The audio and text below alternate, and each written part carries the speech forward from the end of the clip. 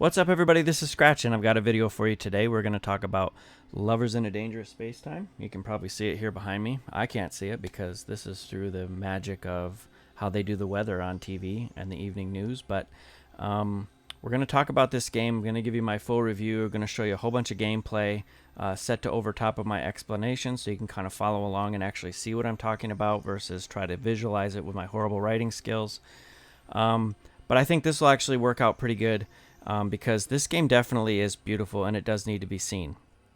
It was released by Asteroid today. It actually came out yesterday because of time zones, but September 9th is the official release date. And it's for $14.99. You can grab it on Xbox One or Windows. It's kind of like a 2.5D space shooter, I guess. So you're going to fly like a little spaceship around, and you got two people inside it. You're gonna save the galaxy from anti-love. We'll get into that with the story and stuff. But basically, it's an action adventure game. It's really fun to play, and I think you guys are gonna enjoy it. So if you're still watching, thank you for still watching, and that means you probably are interested in what I have to say. So we're just gonna jump right over to that. So let's take a look at the opening scene, the gameplay, and we'll discuss what we're looking at. Okay, so we kind of cut from this sort of bland, mostly blue and a little bit of purple-green, just white titled thing, to see that this game actually has a really awesome art style. But we're going to talk about that even later. But first, I just kind of want to talk about the story and what we're looking at here. So basically, in the universe is filled with love, and this Ardor reactor, which is basically like just a big heart-shaped machine, is just full of love, and it's radiating love all across the galaxy. And as you can see, everything looks very happy.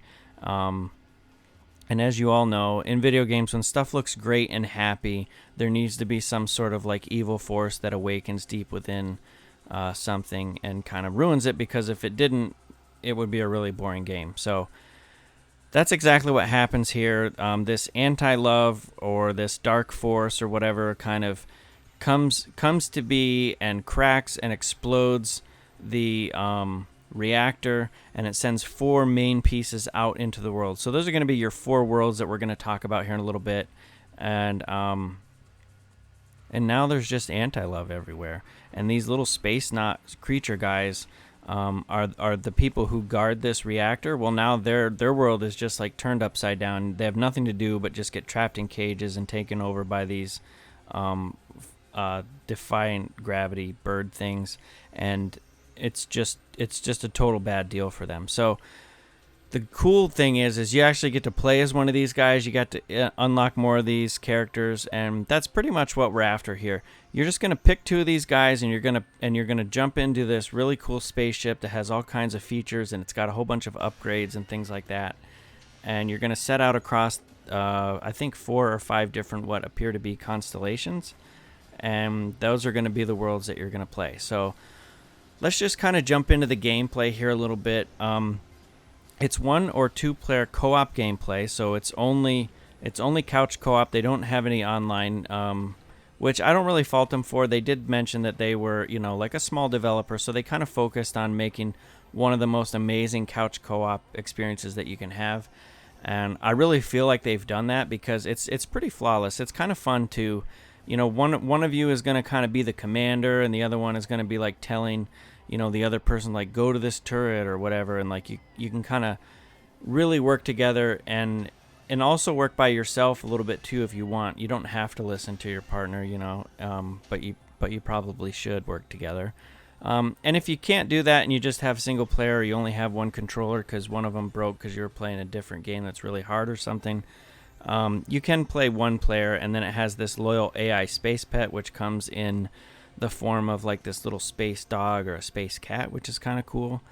And you can control them and just tell them to man different battle stations, back and forth between them. So basically what you have is you have weapons, like there's weapons and there's shields, and then only the main player can control the engines because the area is kind of open as to where you can go. But you just tell your other person or the other person who's playing with you to go to a certain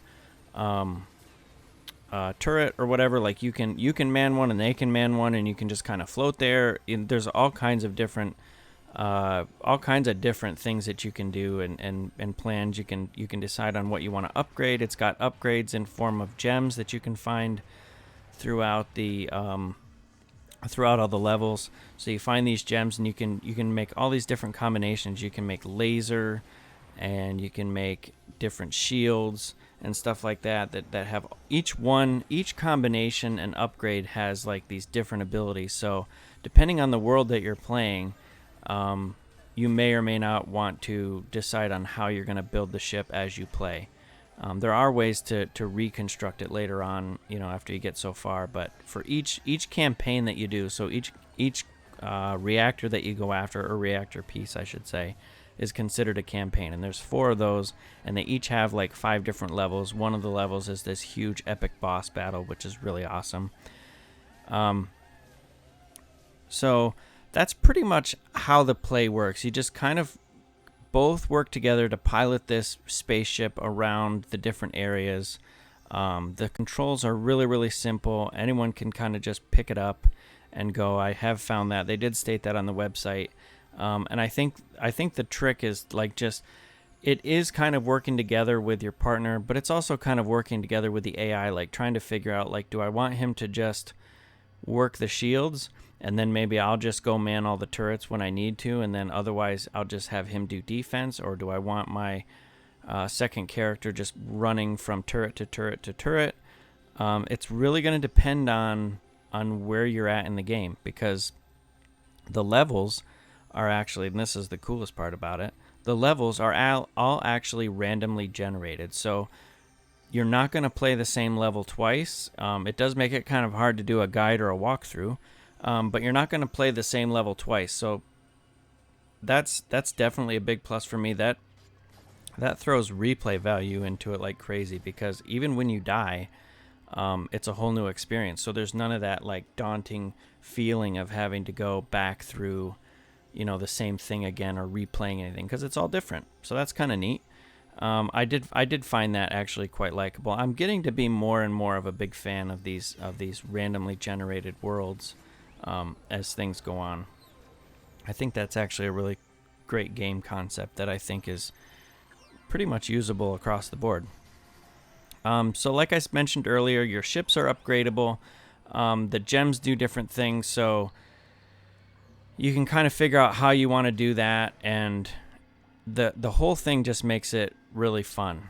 Just all of that stuff kind of wrapped together. It is just a lot of fun. There's collectibles in order to get out of the levels. So in order to beat a level, you basically just kind of fly around here, and you uncover the fog of war, and you're looking for these kidnapped space knots that you saw earlier in the game. So we're just kind of looking for them, and we free them. And when you get 5 of them, the power of their love unlocks the level, and you can move on to the next one. But there's actually 10 of these guys to find in each level, and they're all pretty easy to find. You just basically have to explore the whole level, and you can check out the map, and the map will kind of tell you where you have and haven't been. And if you get close to stuff, it all gets marked on your map. So as far as like managing what you're doing in game, the game kind of does that for you, which is nice. And you can just kind of sit back and listen to the music and just kind of enjoy it. The more people that you rescue, the more level your ship goes up, so you can unlock more upgrades and things like that are permanent to the ship, or even different ships that actually behave completely differently. So that's also a plus. I mean, that going back into a level that you played first with a different ship that has different abilities totally changes the game even again. So it's very, very dynamic, and I definitely applaud the developer Asteroid Base for that, because that makes it a whole lot of fun to play, because you don't get bored with that. Like I said, you don't have to worry about replaying it. So I mentioned earlier that the visuals and the sound and stuff was really reminiscent of like this 1970s theme, and I think that's probably what the developer was going for. And if it is, they definitely nailed it.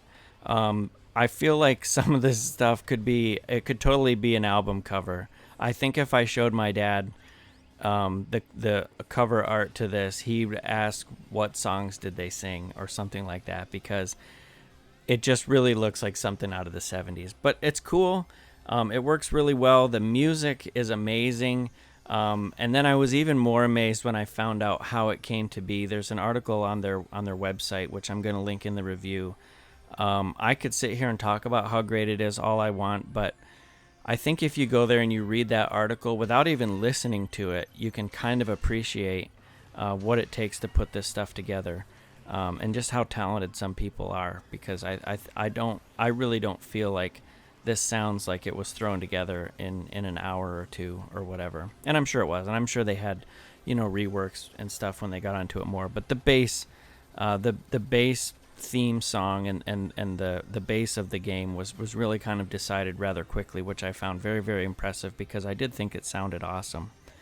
And the music is kind of like that Minecraft music, like it's really, really soothing. So that's a big plus too, because you can just kind of sit here and relax and just kind of fly around space and shoot things and stuff like that. So definitely a big plus there. In conclusion, I think this game is probably rated somewhere between an 8 and 8.5 out of 10. It was really, really fun to play. The replay value is amazing, with the auto-generated worlds and like all of the different combinations for your ship and the characters and things that you can get, the variety in the levels. It really makes it enjoyable to play. So I hope you guys like this video. I hope you check out Lovers in a Dangerous Spacetime. I definitely do recommend it. There's a lot of gameplay here for $15. And that's all I've got. So thanks for watching, and I will catch you guys in the next video.